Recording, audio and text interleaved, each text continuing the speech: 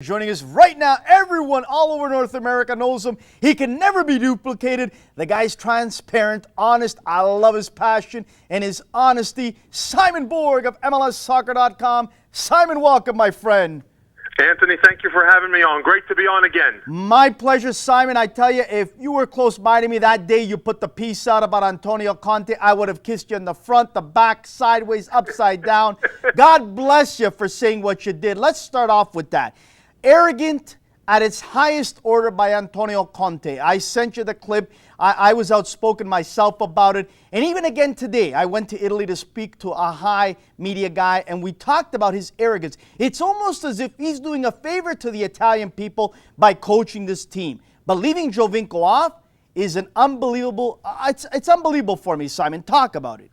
Look, Anthony, I consume Italian media. I know what's going on. He's being criticized right now, Antonio Conte is, for having a team without any ideas, and that he's going to really focus on la grinta, playing with just pure athleticism and heart and fight is what he's going into these Euros with, which is fine. If that's his prerogative, that's fine. I get people look at me and say, oh, he works for MLSsoccer.com, the league website. Of course he's going to come out and bash Antonio Conte. I wasn't bashing him for the decision to leave Sebastian Giovinco off.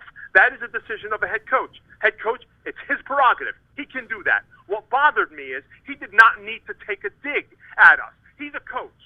And as a coach, I'm sure he likes people to, look, evaluate my work, criticize my work, but don't take digs at me for no reason. That was a cheap shot by him when he says, look, you go to MLS, well, then you pay the consequences, especially when Giovinco was the guy who rescued them against Norway in the game that clinched qualification. It's just really short-sighted. It's backward of him to say that, and I was offended, and I had to come out. I had to carve out an hour of my day, and I had to write something up because I just couldn't stand for it. I was more offended, Simon, because, look, I gave examples. This foolish mentality of telling us that if you come to MLS, basically kiss your national career away. What a fool. What an unbelievable statement to make. In 2006, under Marcello Lippi's World Cup winning team in Germany, Bruce Arena battled them tooth and nail for 90 minutes plus with guys that came from MLS, with guys that came from lower tiers. They battled the World Cup champions. Example one. Example two, Prandelli went home packing after Costa Rica had about 3 players that played in Europe. The rest played in MLS and in lower tiers. That to me is fact, not fiction, and that's what ticks me off, Simon. Now, Anthony, I'm not naive. I understand that in Europe, the concern in Italy is number one, Italy. Number two, maybe England, Spain, Germany. I get the hierarchy, and I get that they probably in Italy group MLS with the Qatars and China. Look, I get that that's how they might see things. I'm not naive about that. But if we just sit here and take it, nothing's going to change. That perception's not going to change. Now there are new TV deals, and that perception's going to change slowly, but we just can't sit here and just, take blows to the face without stepping up, or else we'll never get respect. That's at least the old school mentality that I believe in. Bravo for you, Simon. And I look at the game against Scotland and I say to myself, how in the world do you call up De Rossi? I'm a Roma fan. He has not been 100%. He is not the De Rossi of 7-8 years ago. Montolivo. You bring me Thiago Motta, who is the Statue of Liberty. You bring me Eder. And you're leaving guys like Pavoletti home, Giovinco. And I almost can guarantee you he'll leave Jorginho off the squad. That is a joke to me, Simon. Look, maybe this is just me feeling it from here, but him departing for Chelsea is just as much Italy having enough with Conte as much as him taking advantage of a big opportunity. I think the Italians in general are really eager to get these Euros out of the way and move on to a new chapter. And look, they're already talking about all the head coaches coming later. Obviously, it's no secret Conte's leaving, so there's all the talk. And I think there is a desire to turn over a new leaf. And look, Conte is a great manager. He's had great results in Italy for the most part. He's assembled great teams who've had a great spirit. I'm not going to take that away from him. But I think at a certain level, you need to manage talents. You need to know how to integrate talent and players who know how to play the game and make a difference and be game breakers. It can't all be with desire and heart. That's not you can do that to a certain point. And by the way, Chelsea might be a great team to do that with, but at some point, if you're going to win games at the highest level, you need quality of the highest order. Well said, Simon. Let's recap a little bit of the action this weekend in MLS, and then we'll let you go. We really appreciate your time. We just had on Bobby Boswell of DC United, and we were speaking about this season, how it has changed. Almost a roller coaster ride for DC United. Watching them absolutely destroy the Whitecaps earlier on this season, lose to some of the key opponents in their Eastern Conference. This, to me, is a side right now that I believe is on the upside and not on the downside. Your thoughts? Well, I mean, look, I'm not a big fan of DC United and the way they play. I believe they have a group of solid professionals that are going to battle and fight in every game. Do I think they have a style that's necessarily going to help them?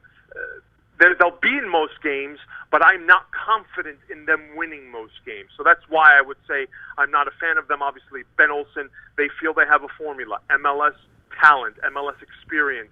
And that's that's the way they've gone. They have a Luciano Acosta from Boca Juniors, who they're trying to integrate slowly. Now this Al-Haji Kamara, who scores that game winner in Kansas City, shocking Kansas City, and he looks like a promising player. So I think they have certain elements that can work.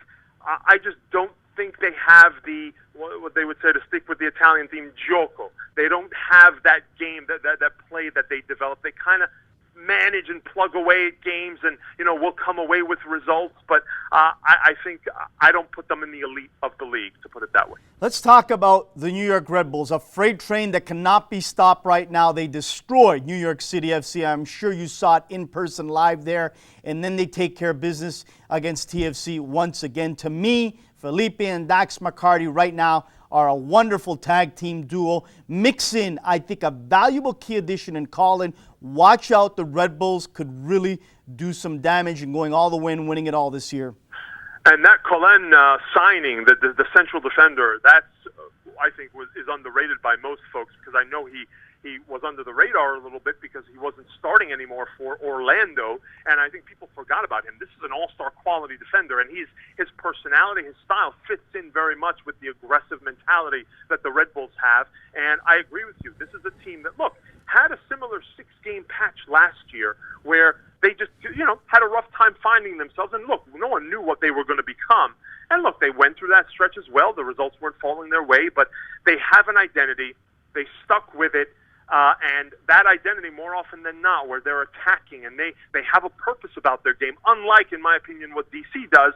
Again, they have a style, the Red Bulls do, and in most cases, that style, while risky, can suffocate teams and can result in a lot of chances for their attackers. And we know the skill they have in guys like Mike Rella and Bradley Wright Phillips. And if they get enough opportunities, they're going to put enough away where they're going to win games, including by a lot of goals, which is what they're doing now. I love the mix of the Montreal Impact. A massive result against the LA Galaxy. Drogba, we know what he can do. He did it again. Piatti, dangerous all year long. There's a good mix of vets, some young guys, and Biello is doing a real good job. This could be a dangerous squad going up against the Red Bulls in an Eastern final. Your thoughts, Simon?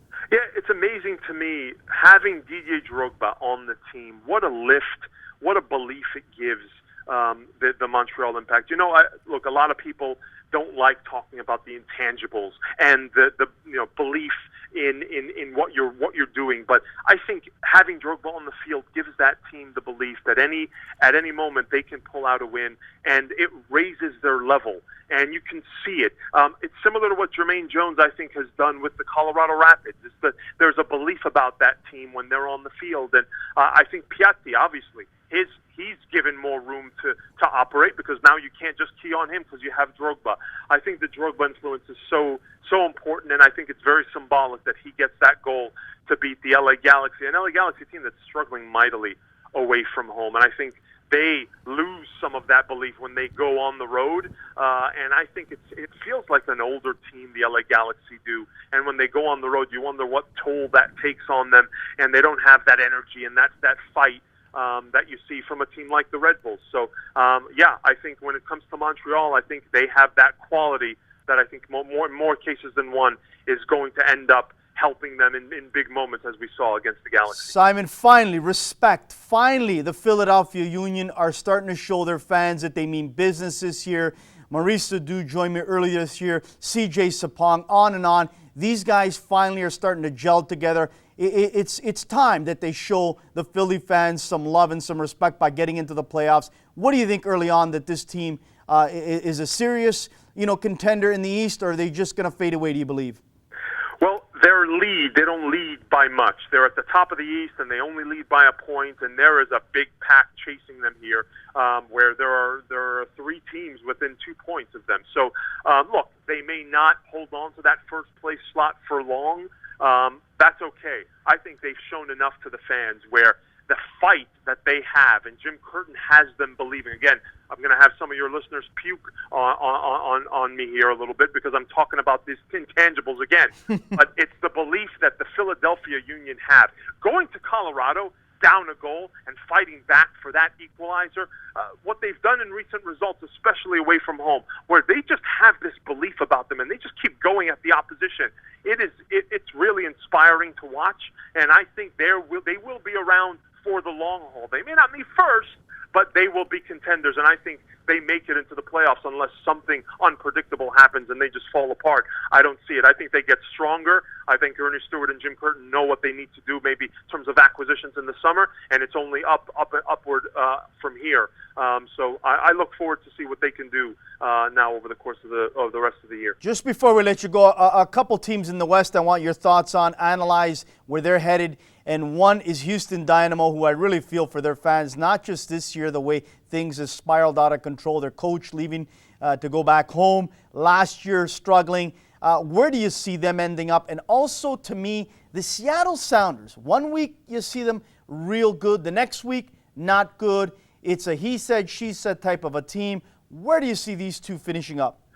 It's interesting with both of them. I think the Houston Dynamo are a team clearly in transition and in restructuring mode, and they may never have wanted to admit it, and no team in MLS wants to admit it, because in MLS you should be able to, the idea is, contend every season and stock your team enough where you can be a contender every season. But I think they need to just accept the fact that they're a team in transition. They had their leader, Brad Davis.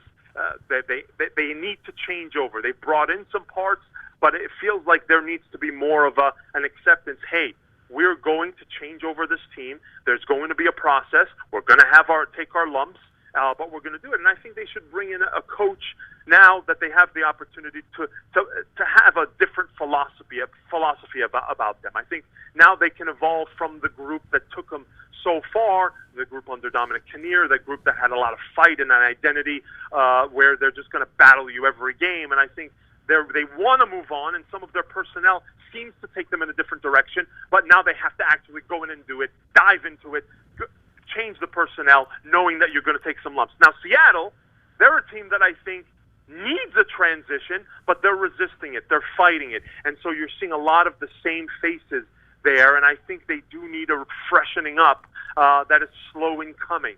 There's talk of a possible number 10 in Nicolas Lodeiro of Boca Juniors. He would be a fantastic signing, no doubt. But you wonder whether they need to say, look, we're going to restructure here. We lost Obafemi Martins, who was our game breaker, and we need to tweak our midfield. They've had, from last year to this year, they were a slower team. They were not as athletic as other teams. They weren't as fast as other teams, and they addressed it a little bit. But I think they have to go again all in and say, hey, we need to make wholesale changes. We need to freshen up this team and go into it and tell their fans the way it is. And again, it's hard for a team like Seattle to tell their fans that, and they may not, but they have to go in and do it. And I think they need to make some more changes, and let's see if Lodeiro ends up being one of them. Simon, love having you on. Every time I tweet that you're coming on, people love it. They tune in, and they love your passion, your desire, your honesty, and your knowledge of the game, not just here in MLS and worldwide. And I'm not kissing up to you. It's a fact. Love having you on. Keep up the great work at MLSsoccer.com. And again, we really appreciate you making time, my friend. Anthony, always a pleasure and an honor to be on with you, and my passion only second to yours, Anthony. Thank you. You're a great guy. That is Simon Borg of MLSsoccer.com.